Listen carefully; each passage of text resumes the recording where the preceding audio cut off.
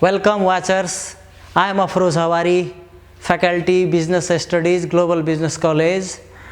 Today I have brought for class 12 students two topics, important topics that may come in exam and very helpful in your studies.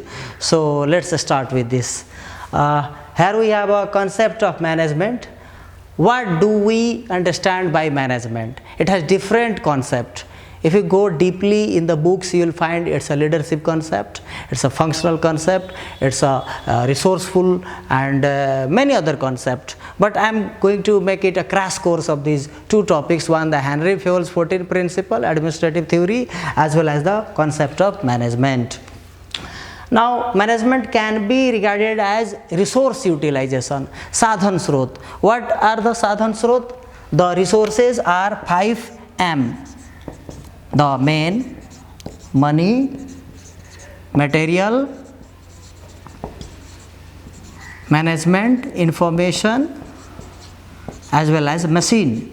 So यो नेपालीमा चार म भन्छ, मानव, मुद्रा, machine, मालसामान भनेपछि मान्छेहरू लेबर, वर्क फोर्स, इम्प्लोई, मुद्रा the financial status of a company or organization, material is the raw material, and the management information. Today the most valuable assets, information has more value than any other thing, and last but not least machine that transfer, changes the raw material inputs into the products outputs. So the management of these 5M is the main management.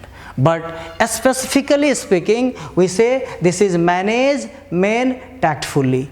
मान्छेहरूलाई ट्याक्टफुली अर्थात् चलाकीपूर्ण तरिकाले manage गर्नु अहिलेको वर्तमान आवश्यकता र अहिले वर्तमानको म्यानेजमेन्ट हो। किनभने सबै संस्थाहरू अर्गनाइजेसनसँग सबै रिसोर्सेस हुन्छ नै। It is the human work force that makes difference, that excels in the field of business competitive or business competitive advantage.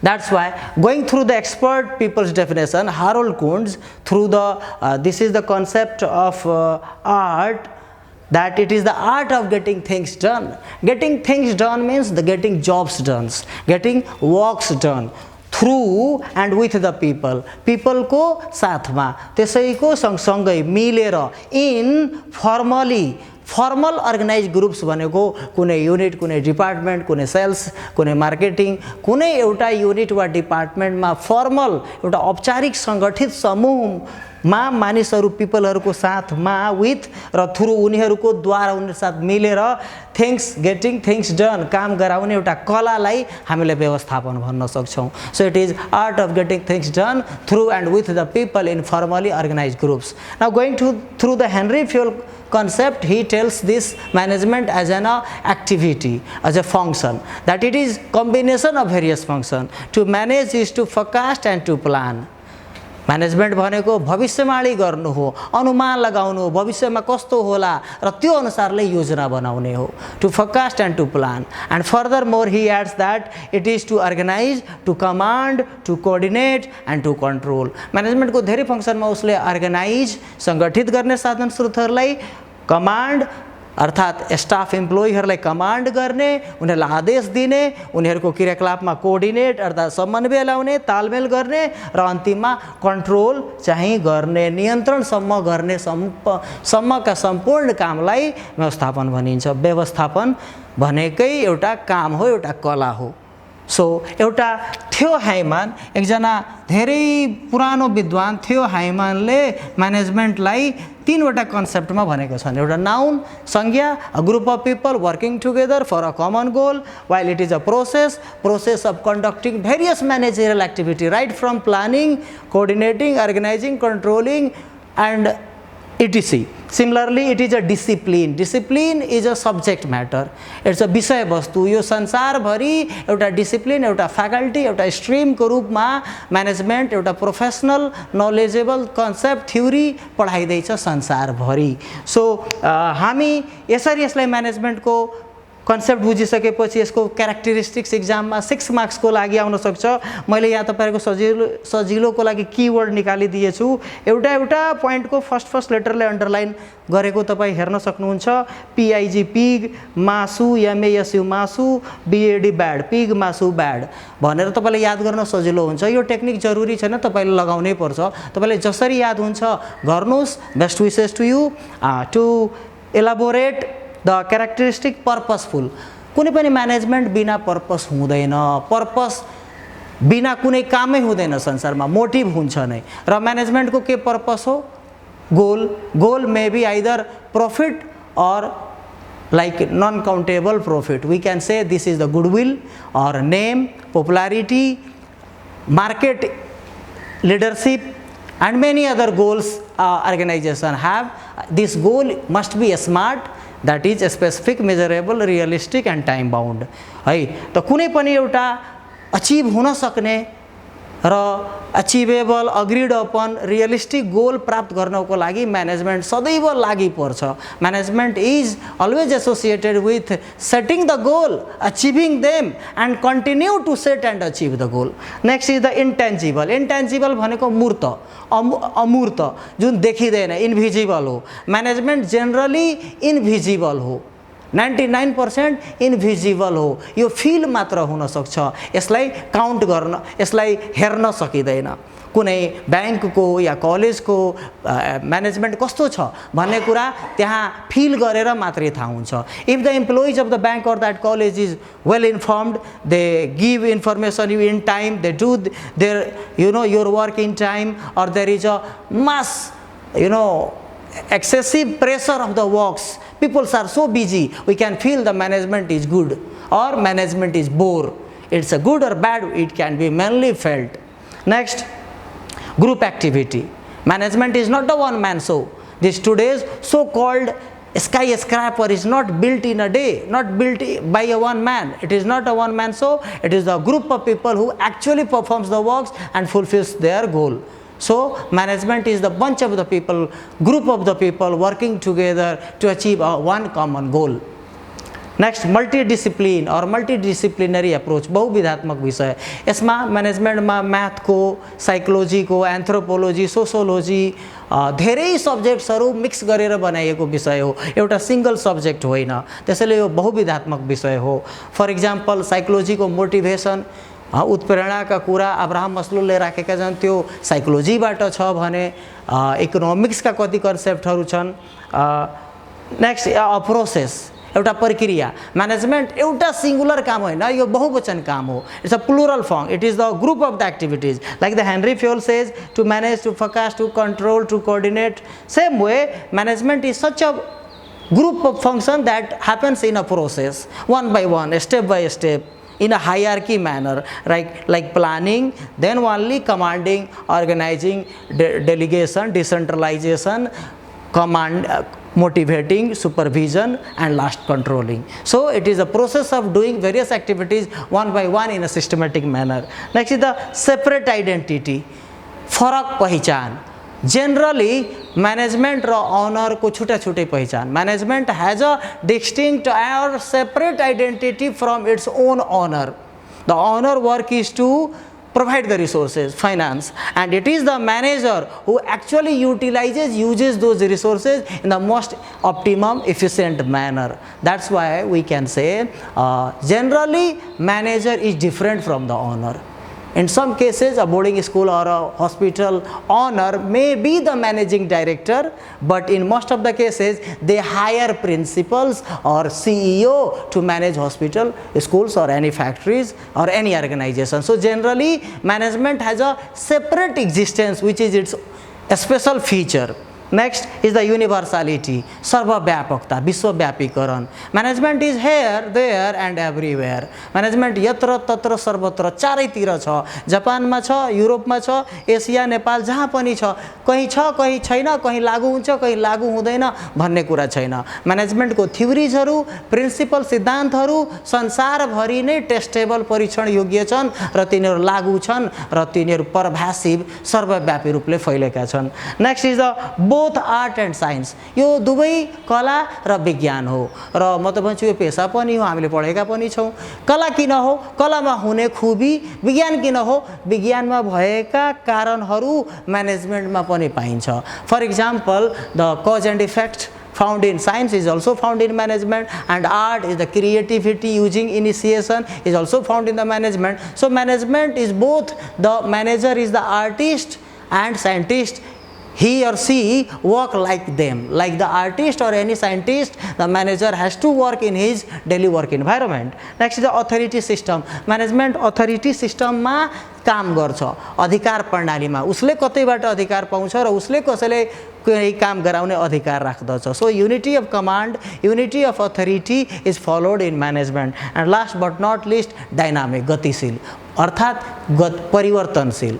कुनै पनि कुरा स्ट्याटिक कहिले सधैँ रहनै सक्दैन. So is the management. Management is changing according to the need of the changes in the environment.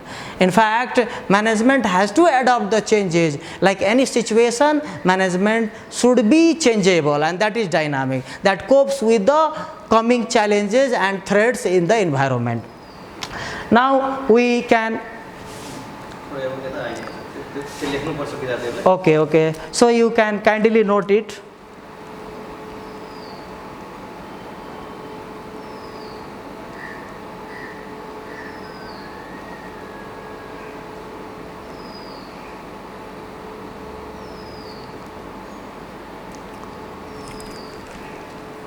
Now continuing the next topic, which is one of the important topic throughout the course of grade 12 management, Henry Fayol's 14 administrative principle. So like Henry Fayol, who was a French person, he was engineer, he was so laborious, his contribution is so much that he became the father of management. Throughout the world, he is known as the father of management because his contribution is there. He has developed certain 14 administrative principles, which I am going to elaborate in a very short way, but it will be very helpful or guideline for you to understand. Number one is the division of work, karya vibhajan. According to him, the work should be divided. Like I said, management is not a single man show, it is a group activity. So division of labor simply means the division of work. That is known as specialization also. Like people are specialized in continuously doing their own work, so they will be expert and their ease will be continued. There will be no difficulty for a single person as a big burden. So works are divided in a family, like in a management, in every organization, division of work principle should be followed according to him. Next was the authority and responsibility. Authority is the power or right that you enjoy, you can use, while the responsibility is the compulsion to do something. So they are like two sides of the same coin. Where the authority, there is responsibility, and without responsibility, there cannot be authority as well. People should be responsible for what they have been given authority. More authority, less responsibility, and vice versa cannot be coped well. Next is the discipline, अर्थात अनुशासन. पूरा दुनियाँभरिमा जुन पनि जस्तो सुकै कार्यालयमा पनि discipline भएन भने त्यो ग्रुप गोल ग्रुप एक्टिभिटी कहिले पनि पोसिबल छैन. जुन संस्थामा डिसिप्लिन हुँदैन त्यहाँ धेरै कुराहरू गोल राम्रो अचिभै हुन सक्दैन. त्यसैले उनले पनिशमेन्ट सिस्टम ल्याएर लेबर युनियनसँग कन्ट्र्याक्ट गरेर र इन्स्पेक्टर एउटा निरीक्षक चेक गर्ने व्यक्ति वर्क फ्लो र सुपरभाइजरको रूपमा राखेर भए पनि अनुशासन कायम गराउने भनेर भनेका छन्. Once the discipline is maintained, every accomplishment, efficiency, work speed and high quality product, this is all possible. Next is the unity of command. आदेशको एकता, आदेश दिने व्यक्ति एउटै हुनुपर्छ है. जसको बाँदर त्यसैले नचाउँछ भने जस्तै one man one organization or one boss and many other foreman or like their supervisor, their employee, subordinate staff. अधीनस्थ कर्मचारीहरूको एक मात्र हाकिम हुनुपर्दछ. उसले जे भन्छ बाँकी सब उसले सुन्छन्. यदि आदेशको एकताको उल्लङ्घन भयो, युनिटी अफ कमान्डको भायोलेसन हुनु भनेको there is no unity of command, then staffs will be confused. They will be careless and they will not listen to any other bosses, and they always make a blame game and conflict arises. That's why unity of command is followed, should be followed according to Fayol. He also says unity of direction is just like unity of command. The director who gives the order, direction, guidelines to his staff should be one, so that the staffs will be following him only. Next is the superiority of organizational goal. Or we can say subrogation of individual goal for the group goal. कुनै पनि संस्थामा एउटा व्यक्तिको उद्देश्य मायने राख्दैन, संस्थाको सम्पूर्ण ओभरअल गोल मायने राख्छ। त्यसैले एउटा व्यक्तिगत हित, संगठनको हितको बदलामा बलिदान, सब्रोगेट अर्थात् त्याग्नु पर्दछ।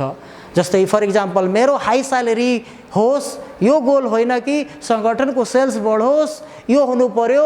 With higher sales your salary is also going to increase. But if the organization does not survive, your job will not remain for forever. So the firm goal, organizational goal come first.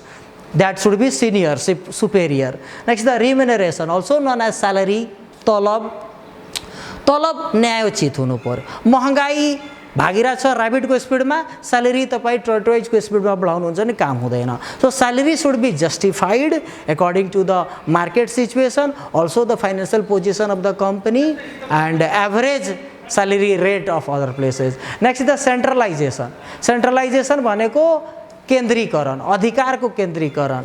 यो हामी centralisation कुनै पनि संस्थामा अधिकारको centralisation गर्ने वा decentralisation गर्ने त्यसको म्यानेजमेन्टले भर पर्ने कुरा हो। यदि संस्थाको विकास र विस्तार बढिरहेको छ, if there is a growth and expansion of the business branches, there is decentralisation inevitable.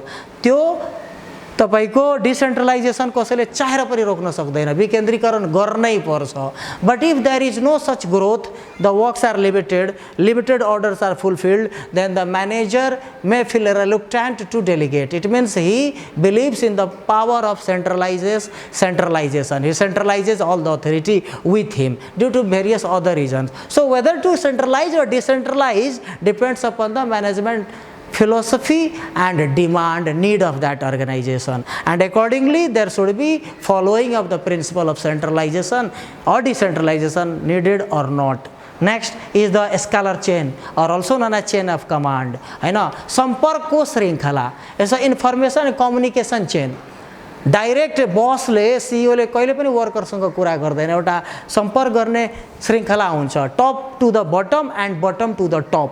Communication को च्यानललाई नै च्यानल अफ कमान्ड वा स्केलर चेन सम्पर्क श्रृङ्खला भनिन्छ, जुन जेनरली माथिबाट तलतिर प्रवाहित हुन्छ, that is flowed from bottom to the top. यसमा एउटा ग्याङ प्लाङ्क भन्ने कन्सेप्ट पनि छ।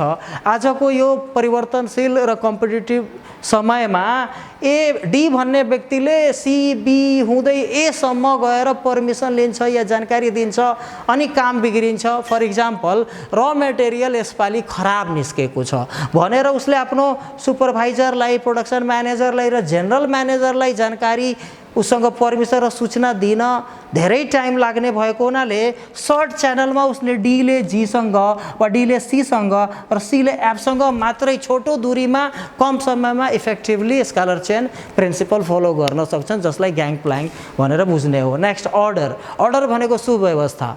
Order is required while disorder is not.